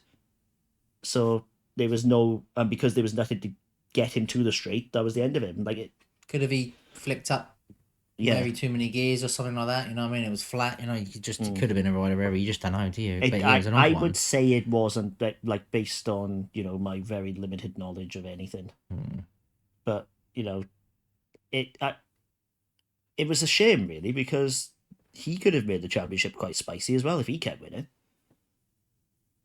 Like, it's quite a shame. Yeah, it's an odd one because you think like the top 5 were basically divided by 3 seconds. Yet we didn't quite get the finish that we were hoping for. I guess that we're probably used to. Yeah, this Moto3 terms, it was quite boring, wasn't it? But in any, like, if that was an F1 race, the amount of passes, you would have said that was the best F1 race in recent memory. Like, it was still good. Like, yeah, like I was thinking that. Actually. We're spoiled. That's what it is. We're absolutely spoiled, especially when we watch Moto E and it's just freaking carnage. Yeah, we get onto that because I actually do want to cover Moto E. Yeah, it was nuts. Yeah, because new champion. Well, old champion. Hey. But same but different, but same. Yeah. But I'm glad 2 of the academy boys got on the podium there. Yeah, really is nice. If they couldn't get on the podium there, they'd probably end anyway, you know? Yeah. So go into our predictions quickly as well. Jacob. I was so fucking close. Unlucky. Do you know what, right? I was feeling so smug when I was watching qualifying because obviously my predictions were the top 3. Yeah. And of course we can't do Gary Lee's predictions because, you know, part-time bastard. So yeah. Well, mine was Foggia, Mignot, and Antonelli. Funny enough. Oh, okay. That's oh, what a coinky-dink. Yeah. So Jacob went with Fanati, Foggia, and Antonelli. Unlucky. I went with Costa, Foggia, and Denizonte. So now who's unlucky? Right. So now on the Oncu thing, what do we think of him? He should not have even been allowed to take the concussion test. A lot of riders. I saw Danny going mad on Twitter. Championship. Yeah, he wasn't happy. Yeah, and rightly so. He lost consciousness for half a fucking hour. Yeah, that's a long time. He should not even have been allowed to take the concussion protocol test because he lost consciousness. He went flying there, didn't he? Like from 1.5 Hervé Poncharal has really disappointed me because he's one who normally looks after his riders, but he let Oncu down today. That's a naughty one. I mean, I know, you know, I think Danny was so annoyed because of his recent experience. Yeah. Obviously, you know, he missed Cadwell Park, you know. Yeah, well, 2 seasons ago. That was a week later after a concussion, you know, let alone the day after being unconscious for, you know. I think it stems from 2 seasons ago when Philip Ertl missed 3 rounds at Tech 3 because of concussion. Yeah. I think he was just hoping that Oncu didn't have that again, but he would have been a lot better off. If something had happened to Oncu, he wouldn't have been able to live with himself, you know? He should never. Yeah, but it's not just about but it's not about just now, is it? Is that the thing about concussion is there can be long-term effects that. Yes, we are so far advanced now in science and sports technology that it's disgraceful that it went through that many protocols from the team, from his management, and from the championship. It is actually, you know, pretty disgusting. Yeah. That's the only way you can word it. It's fucking laughable. He should never have been allowed on that circuit. You know. Yeah. Speaking of not being allowed on that circuit, was Cooney's disqualification fair? You two? Yeah. Yes. Because they have to make an example of a rider now because they can't. The fact that, you know, he was going stupid slow. Still, these riders are going stupid slow. And Sura had a pretty horrific accident. And like he could, like, we're not even being dramatic when we say he could have killed Sura. Yeah. Well, we talked about it at the beginning of the year, didn't we? When there was lots of incidents happening and we said that, you know, they need to come down hard and, you know, we need some race bans. It's the only way that they're all going to learn because it was just getting a bit, you know, and we are at that point. And congrats to them for doing that. They've managed that well, but... No, it's 100% is deserved. I hope this will be the final shot in the dark that people think, oh, fuck, this is it now. Like, we've reached this point. You've got to be going quick, you know. Yeah, like, we've reached this point now. Like, it's now shit or bust. Yeah, you have to be going quick or else you get disqualified. It's in a way, it's unfortunate that it's Cooney who got done. Because if it was, you know, you could take a pick of one of about 20 riders every weekend. Yeah. Like, it could have been any one of them. But Cooney was the man who had the example made, and quite rightly. Yeah, but then you tread that line, you know, you have to accept that you're going to be one of the people that could be made an example of, you know. Exactly, that's the thing. Yeah, like, don't make them make the decision, isn't it? Simple as. But yeah, make it a non-issue. You know, one out of two right decisions for the weekend. Yeah. Would have been better if it was 2, especially when safety's concerned. We've always championed safety on this pod and stick by it. If you don't like it, tough tits. Yeah, and I just think it's one of them ones, isn't it? That I think you said it, Jacob. I remember it vividly because we talked about it so extensively. Was how they have to be saved from themselves, because these young lads are obviously and are willing to put their life on the line to make it and their chosen sport. And I just think, like you say, it's low. They are gladiators because we'll talk about obviously what happened in Moto 2 and stuff like that. They and it's been well documented about riders, riding a couple of days after breaking a leg and obviously I exaggerate, but riding with broken bones. And I remember Lorenzo, having a rod put in his collarbone and racing, and then the next day going and bending it the very next weekend, still rod. Madness. So it's different, when we're talking about head injuries, we're talking, when you've got conversations in sports saying about how they're potentially changing the whole philosophy of the sport due to the evidence shown on long-term impact of concussion. Yeah. And then you've got a motorcycle rider being allowed to race. It just pisses all over it, doesn't it? Right. It does. It really does. It does. It's bad. It's bad. It's bad. Absolutely disgusting. Like I said I wasn't going to go into a rant, but here we are. Here we go. It's another one of them own goals. We've had a few own goals this year, haven't we, from MotoGP, where it's so amazing and we're so lucky to be involved in such a great sport. But this year they seem to be scoring a few own goals, far too many. Yeah, too many to be. And all of them are on a safety and a humanitarian front. That's the problem. That's the problem. Honestly, none of them are really on a sporting front, to be honest. Yeah, that's what I'm saying. Most of them are on a safety and a humanitarian side, which is just you can't do. Yeah, 100%. Like we're probably one of the most dangerous sports in the world. Safety has to be at the forefront. Yep, and at the end of the day, these riders are putting their lives on the line. And... I mean, Oncu, if he was in the Olympics, he would have got a 5.9 for that routine. He went flying. Man. And then he was thrown onto his head. I've never seen a high side that bad. Yeah, especially not on a Moto3 bike. He'd have like the long jump world record. Yeah, quite literally. He went flying. He landed on his head. There's absolutely zero chance he didn't lose consciousness. I don't give a shit who you are. Yeah. The only person who is not going to lose consciousness in that is Terminator.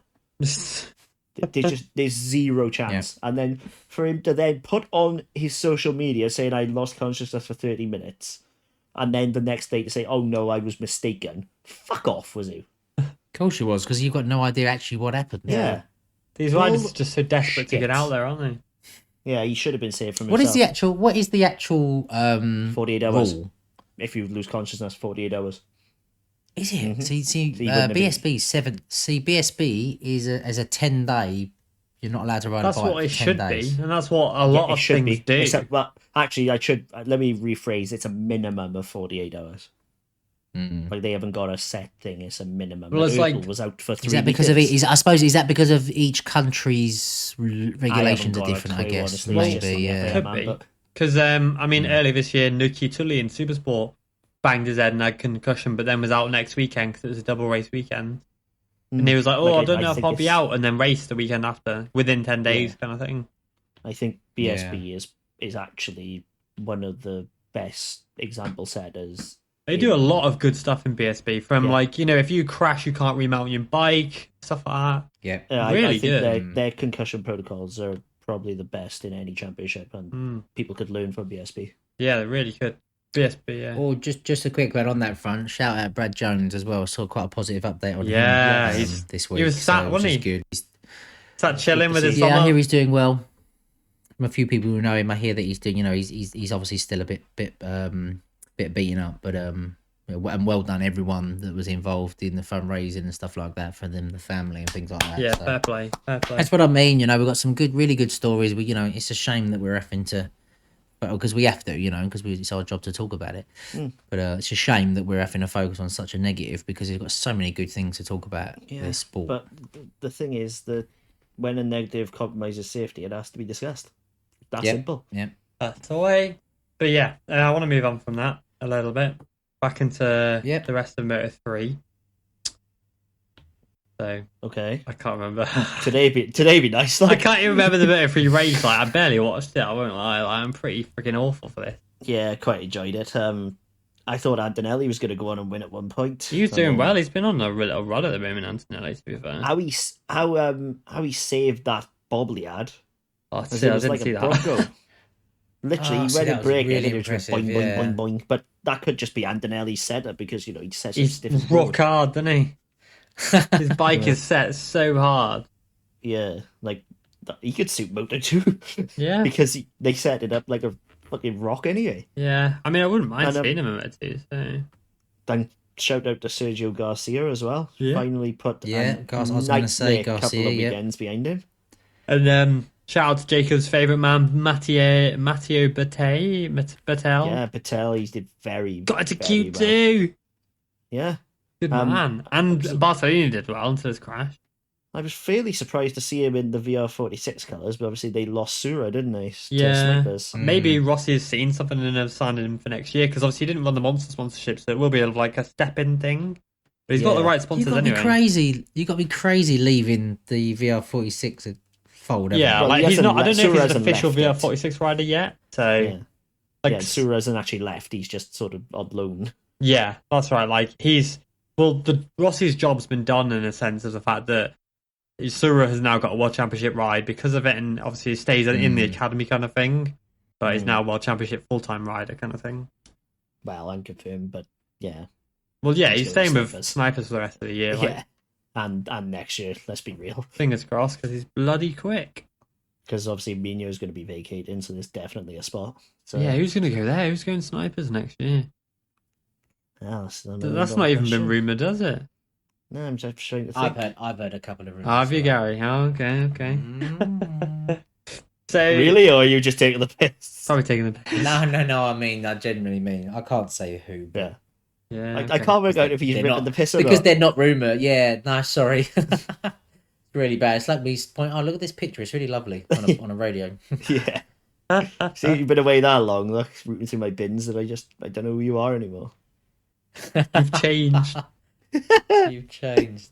Yeah. But yeah, It's so the end of the season, though, isn't it? But Yeah. yeah, yeah, so it's a good seat. It's a good seat for not many people to have been linked with it, though, isn't Well, the it? bikes are Yes. pretty friggin' crap. I don't want to say crap, but like they keep breaking down. And that's why They're Sarge's like, Hondas, so they aren't as desirable as a KTM seat at the moment. yeah, because KTM's are so much quicker than the Hondas. Yeah, unfortunately, like if you land on an IO seat, you're plumb, you know. Yeah, and the only 300's in the top 6 today, though. yeah, that's true. But the Leopard's Leopard, isn't it? Yeah, like the Leopard rocket ships are They are definitely tuned an to like. anomaly, aren't they? Well, obviously, I'd Minyo got love top to 3 know to what be they fair, do. but They're like they must have the same engine guy as Ivan Bros. In yeah, maybe. I honestly, I would love to know what they do. Like, we'll never ever find out. No. But whatever they do, That's the energy drink, isn't it? Yeah, that's it. they Using literally it as pour in rocket some fuel. Leopard Cocaine into the energy. cylinder head. Yeah, sure it is. It's Right. like they apparently it's electronically done, Hmm. from what I've heard. Maybe it's like the fuel injection's a bit better. Or, I don't know. it's some like, well, obviously it's control, isn't it? Like, Yeah. but how they tune it, apparently they've tuned it to literal perfection. It's quite worrying for the other Honda squads that they can't get it done like Yeah. Leopard. That's it. Right, moving to Moto 2. Ralph Fernandez, mate. What a bloody ride today. Yeah, again. Mad, man. What was I our predictions? think he can beat Mark Marquez's record. But Yeah. predictions, Jacob Brent, ballsy with Vietti and Bizzacci and Gardner. 1 of 3, well done. I went with Ralph Fernandez. Aaron Canet. Oh. Yeah, I remembered Yes. that. Yeah, and Sam Lowe's. So close. So close, man. So So close. close. 4th place. But yeah, it was a good race by Moto2 standards. You know, Ralph Fernandez again pulled out of the bag, injured still, and he's still killing it. Yeah, he's still quite crunchy, and He's bloody fast though, isn't he? Oh my god. he's going to break Marquez's rookie record 100%. 100,000%. He's already sewn up Rookie of the Year Yeah, already. with 100 points still on the fucking table. Oh, it's you know, crazy. Ayagura has been excellent this year, but not compared to Raul. Yeah, But Raul Magura is himself today was really good. You're really solid. 7th place, was that? Yeah, Yeah. 7th place. Yeah, 7th, yeah. like it's solid, but he's been outshone once again. It's quite scary how good. I don't think people are giving Raul enough credit for just how good he is. He They is sort of sublime. it's now seen as normal. He literally When the is. fact of the matter is, it ain't. Yeah. Like he's an anomaly. He's special. He's Marc Marquez level special right now. Like that's fucking scary. Yeah. Do you think if you're Remy Gardner, you're a little bit gutted, even if you win it, because the hype is all about... He's definitely been overshadowed, Raul yeah. Fernandez. Do you think, because even like we're talking, he finished a couple of tenths behind him today. What this and moment? Even when Gardner's not winning, he's always, second place. I think we expected of Remy though, because he's been around for a while. He's a quality rider. He's putting together the charge that perhaps should have come a couple of years ago, but he never had the equipment or because. I can't wait. I just hope that Tectoir team is so much better next year, because I really want to see these two. Yeah, at least in the mix next year. It'll be supported again now because it's the two riders KTM wanted. So there's no way. Yeah, that's right. Because they basically, without disrespecting Petrucci, he's the rider that they had to draft him because they didn't really have an option after losing Jorge Martin. Next year, obviously Romy and Raul are testing this week at their MotoGP bikes for next year, this week. That'd be cool. Yeah, it'd be ace. I can't wait to see the photos if they upload them. I'm sure they will. So they, they're going to get special treatment from KTM because they're KTM's boys. And Raul Fernandez has been with KTM boys. way back, like from when he was in the Chev. He's only ever ridden KTMs and Husqvarnas, and then Remy Gardner's come in and he's a Red Bull athlete and he'll stay a Red Bull athlete because he's a Moto2 world champion. Yeah. I can probably see Tech Theory running Red Bull livery again next year because these two are... the cola. Bring back the Red Bull cola. Oh yeah, that was cool. Although, to be honest, of back. any KTM ever, I think this year's just straight orange is my favourite. As long as the Remy and Raul can use Red Bull logos on their helmets, then yeah, it's cool. Because they are Red Bull athletes. I like the matte on the factory bike. Yeah, that's nice. The kind of matte purple. Red Bull. Both are really well turned out, but it's just there's something about the Tectoir this year that's just it's beautiful, it's perfect. It's a factory KTM livery at the end of the day, isn't it? But they're gonna give them. I would suggest they're gonna give them equal equipment to Oliveira and Binder. Yeah, because they are Red Bull KTM boys. Raul will be on his way out if it's not competitive. That's a fact. Yeah, but he was already looking for the exit when KTM sort of said, fuck you, no chance of pants. Exactly, yeah.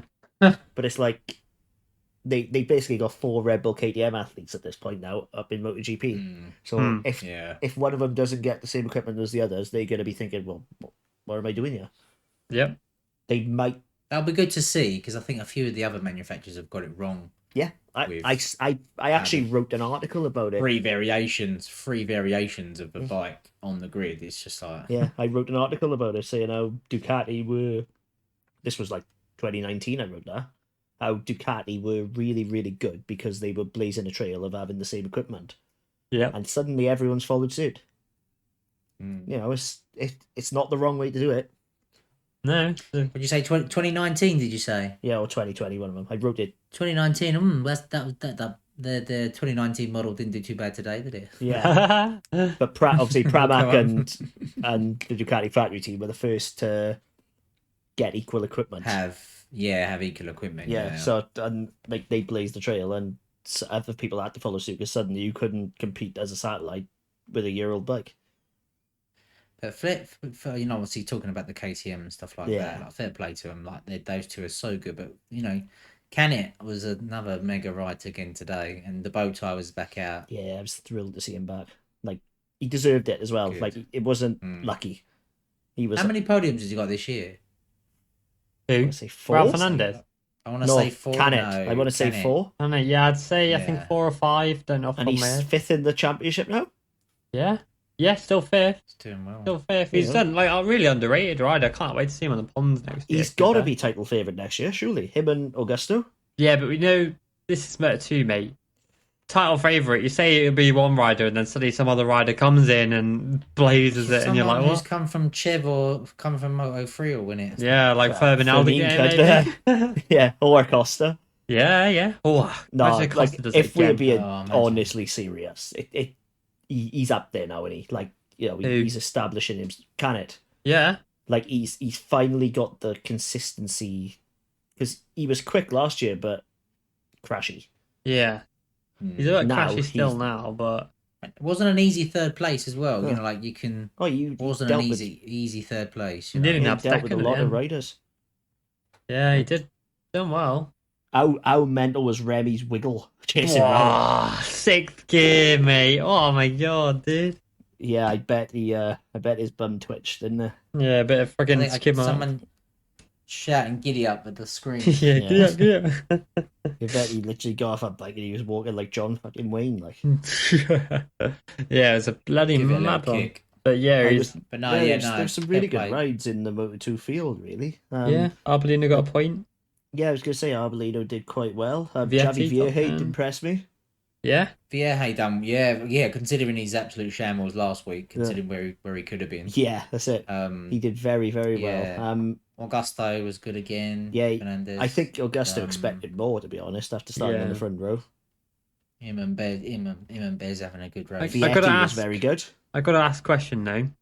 Well, Come on.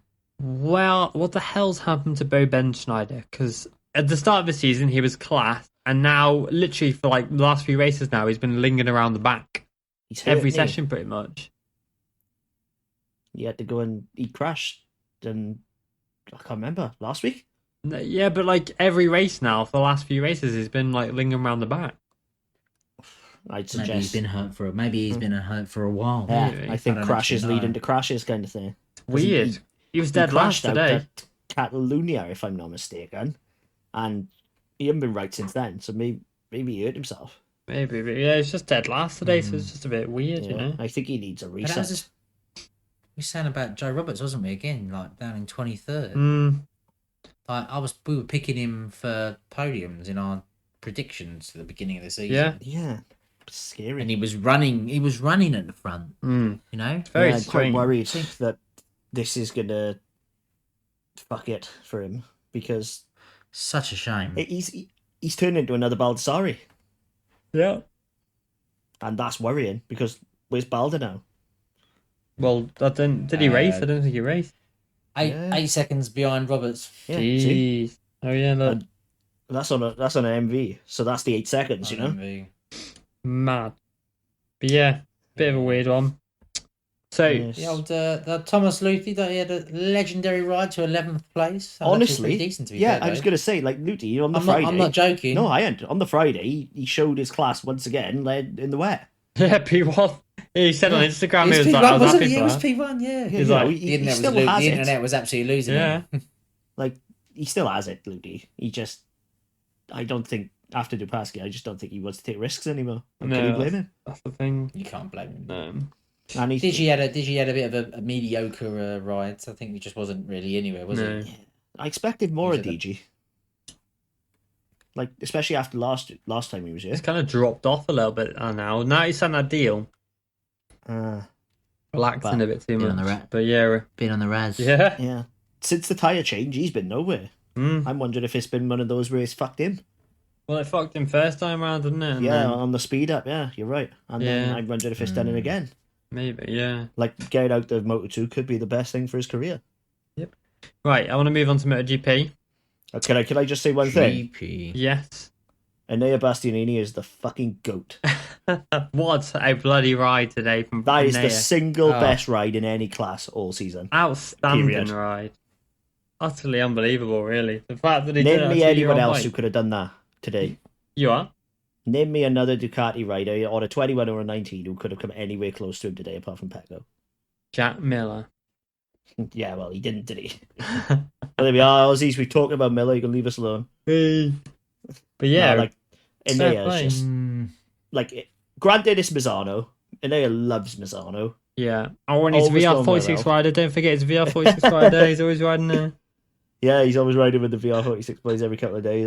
No, Yeah, apparently. he's always been really good around there. So something was coming, especially after last week's 6 at Aragon. Hmm. But if you predicted a podium, you're a liar. No, There's you're a way. legend. You're not a liar. You're a legend. No, because there's nobody who predicted A it. lying legend. Yeah. I don't think even Enea himself believed he could. No, he did well at Aragon, but then to come back and do that, oh my god. Yeah, like, if nothing else, I thought he could be strong and maybe match it. But again, I thought equipment had let him down because it's a GP19. Yeah. GP19 apparently doesn't turn. I mean, But- if he'd have qualified it better than where he did, He had to come through Q1. yeah. You know, this was not on the Wow. cards. Like if he'd qualified and say 8th place, like he did the last time out, where he qualified 9th, Yeah, could have not battled a for the start. win. Yeah, that's it. It's, you know, he was there. When or he went, thereabouts. when he went past Miller, What's that? I was just like, oh my god. When he went past Miller, Yeah. Yeah, and like up Miller to wasn't third. even there. I bet Yeah, Not many people do that to a the GP21. double left, the double right hander, Yeah. fast right hander, and he was just so like you see the gap that he pulled. He was just so fast there. I bet- He's really and then he started. good at keeping his tyres, apparently. I bet Miller could not believe it. He was like, "No way!" Yeah, this is that a GP19 that's just gone past me? yeah, like what the 'Cause, like, hell? Again, Enea's a good example of what I've been saying about Ducati style. He just new school Moto2 style makes it turn. Yeah. You turn him Wasn't whether it you like it or Zarco not. was good there last year, wasn't? Did he polled on podium there last Yep, year? Didn't and he? then this year he On bloody the done. same bike. Hmm. I can't remember. Yes, there must be something. But who was it? Who was on the pit wall? Who was Ruben this year Joust telling telling him to Joust. slow down. Yeah, And they were like, the commentary were like, oh, but when you know it's bad when Zaus is telling you to calm down, they're like, what's going on? but Yeah. yeah, honestly, like we're Brilliant gushing ride. about him, but Brilliant rides. quite literally, he deserves it because Yeah. I don't see another GP19 podium in possibly all season. Like, No, with it's not, respect they're to not even. Luca, He's had a nowhere. couple of good races, but yeah, there's not been anything close because the field's been so good. But loads of people were struggling with rear tyre wear today. Yeah, they were like was a Pecco. Yeah, fucking master. he like, struggled I like just- mad.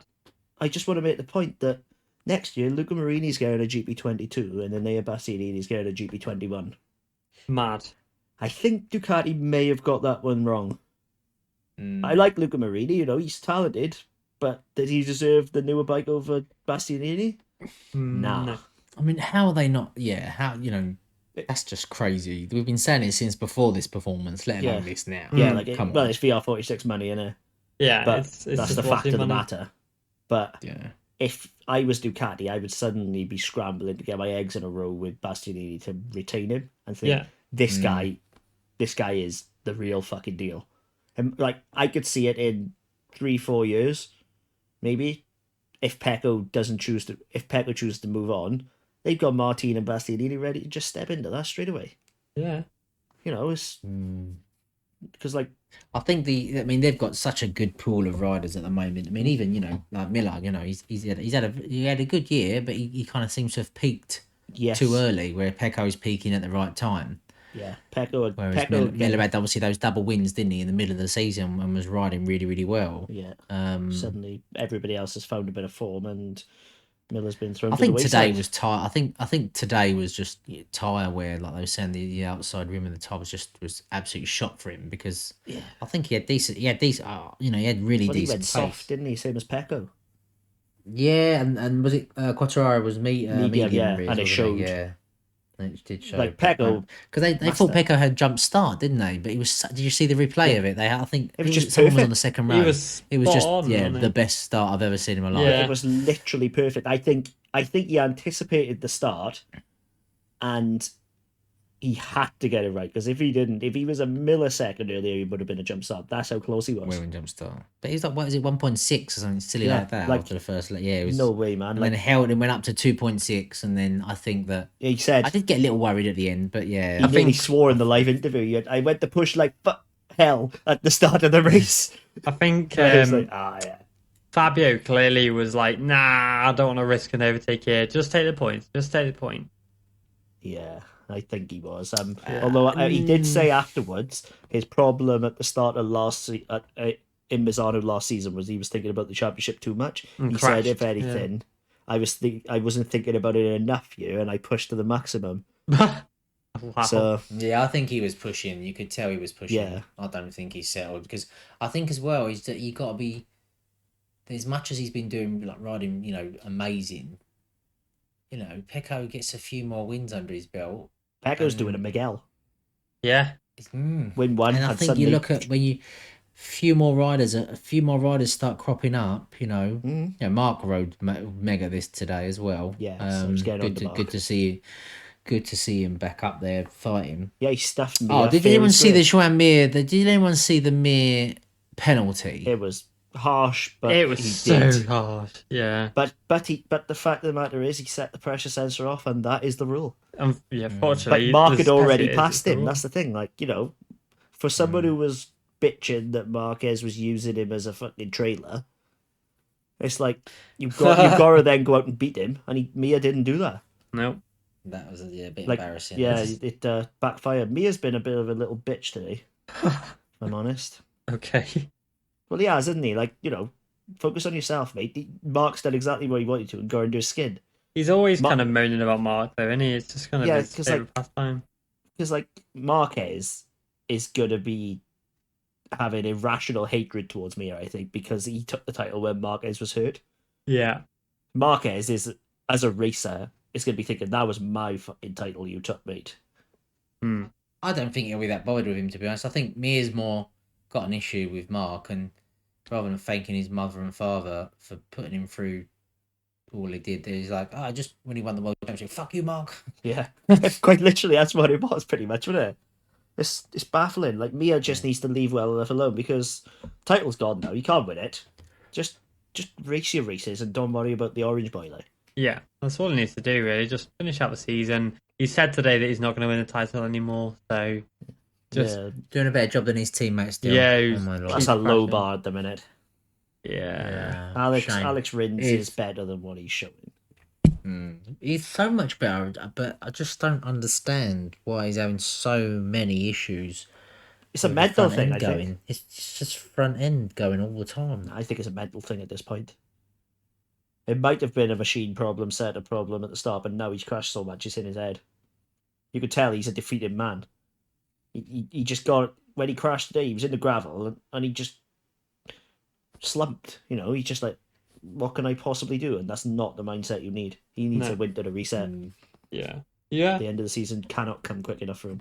No, he needs to just relax, reset. Who else do we think had a decent... I mean, Maverick had a pretty decent... He was obviously testing stroke practice king. I was impressed with Mark Marquez, genuinely, who didn't think he would do very well. Yeah. Who, Mark? Yeah. I think Mark was it. Piro had a decent P11. That's good. Piro's a go. Beat Zarco. Yeah, both the test riders did alright.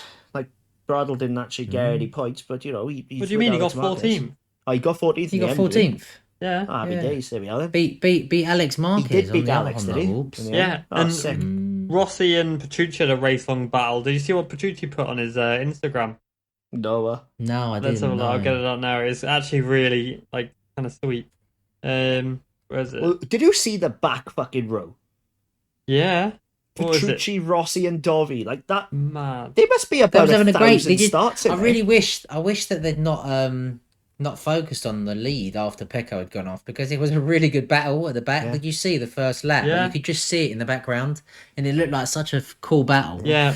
I think Jorge Martin could have done damage if he hadn't been pressured into the mistake. Yeah. To go back on what Pecco said. No, Petrucci said. He said about Rossi, because he was battling with Rossi. He said, I can't say it's a pleasure fighting with you because it's always a nightmare, but I'm proud to share these emotions with you, Valentino.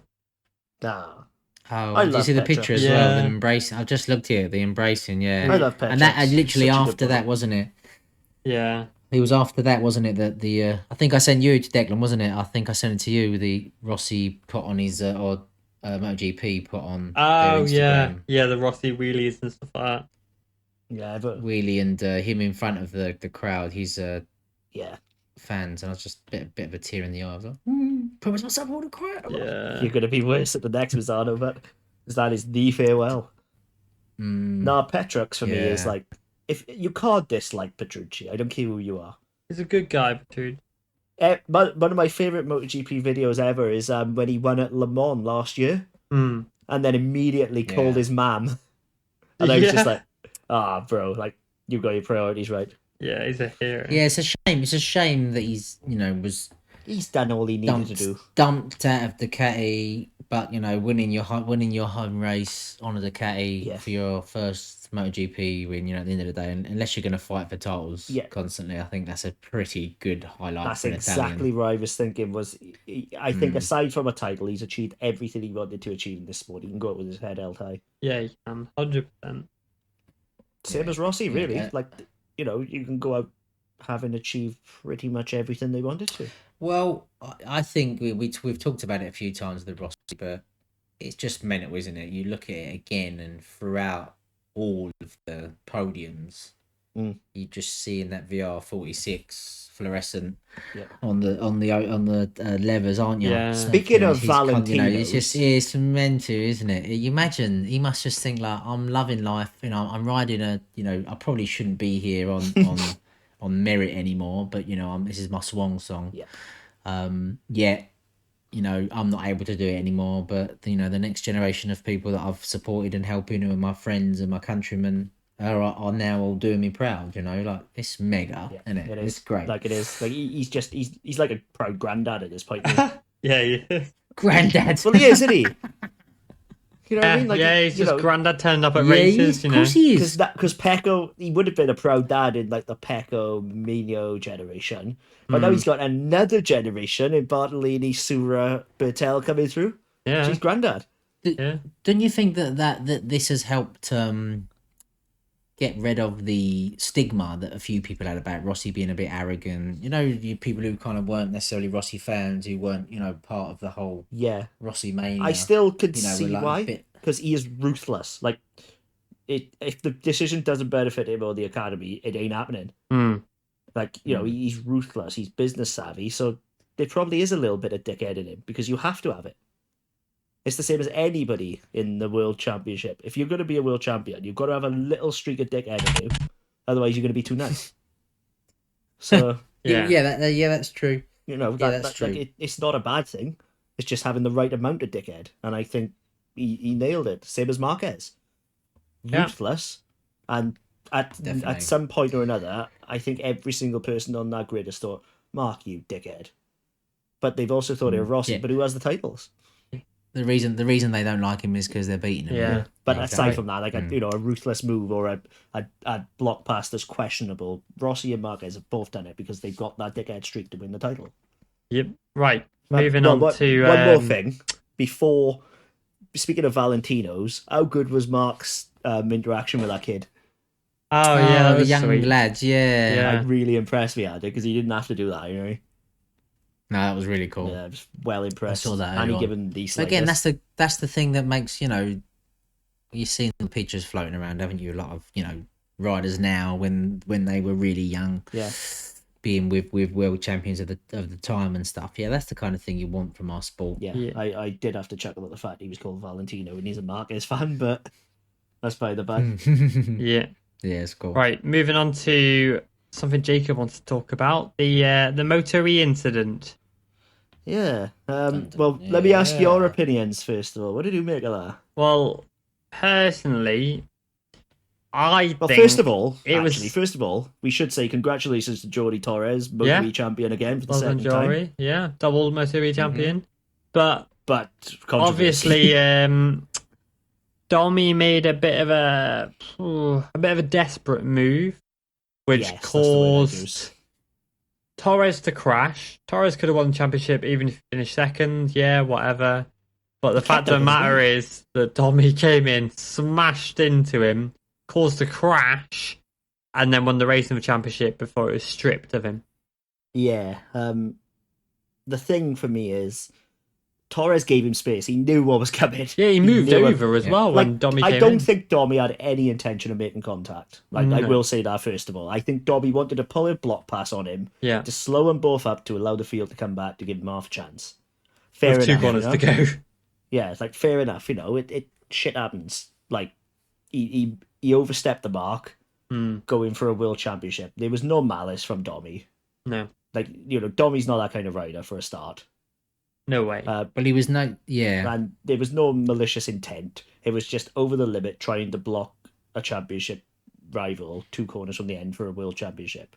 Yeah, but Domi wouldn't the have won fact- even if he'd won it. So Yeah, like Torres kept out of the way, knowing second was enough, and he still got hit and went down.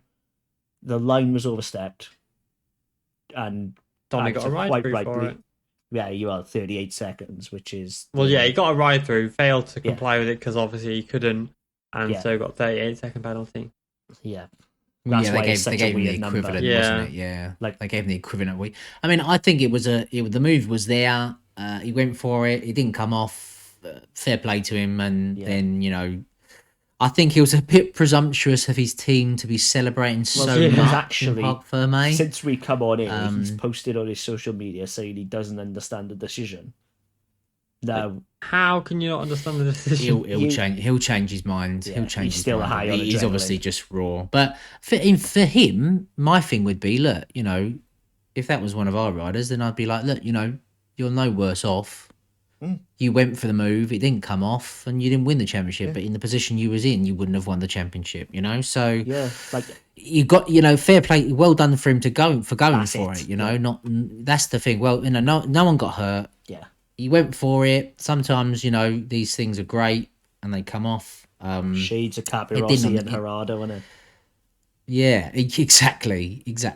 But it didn't come off, but it's more important about how now he conducts himself. As long as he doesn't go on this big rant, the team put in a protest and Well, they stuff like wouldn't that. have a Just case. fix The it. fact of the matter is, contact was made, which sent Jordi Torres down.